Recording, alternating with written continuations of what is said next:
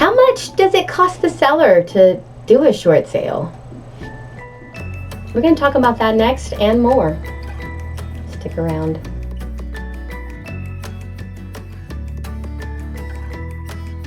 Today we're going to continue the discussion about short sales and how much does it cost you as the seller to do a short sale.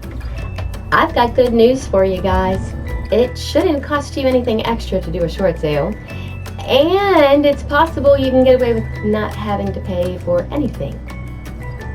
How, you say? Let's discuss this. Normally, real estate agents would sit down and go over numbers with their sellers just like they would go with their buyers. The seller, this is your transfer tax, this is the title and the deed expense for doing closing, etc., etc., etc. This is your water bill. If you have an HOA bill, it's all going to be on that document.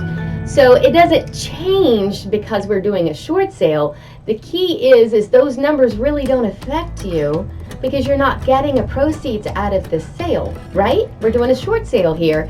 You're selling it for less than what you owe on it. So these numbers really are not affecting you in any one way or another. What affects you is the agreement you made with the bank stating how your debt was paid.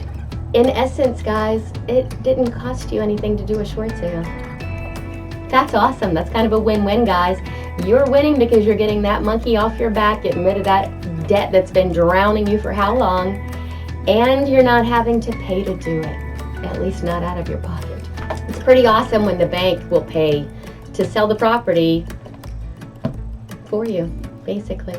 I'm going to point out a few things here for you. First off, you do have to have a real estate agent represent you as the seller in a short sale, and they can be the mediator between you and your lender, getting the paperwork back to them and just sharing information. Your realtor is not a negotiator. They're not allowed to negotiate for you on your behalf to the bank and get paid for it. Can't do it. We're not negotiators.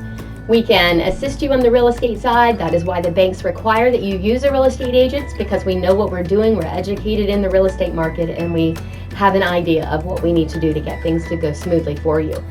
Many banks do not allow any additional fees that would be above and beyond the normal transaction. There are companies out there that negotiate for you, and they do have a fee.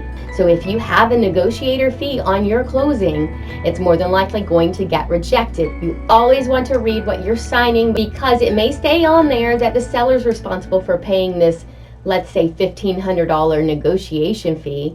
Only other fees that you as the seller would have that the bank will not pay for you are HOA fees and water bills. If you have an outstanding homeowners association fee, it's more than likely going to come back and bite you in the butt. So guys, figure out how to pay for it now, or work with your real estate agent on how it can get done at closing. So we've covered a bunch of things, but most of it is for sellers and how much it's going to cost you as a seller to do a short sale.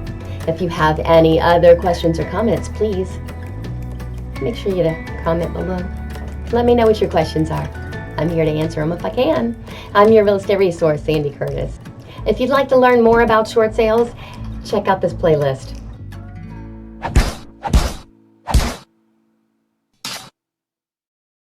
You always want to discuss options with your real estate agent.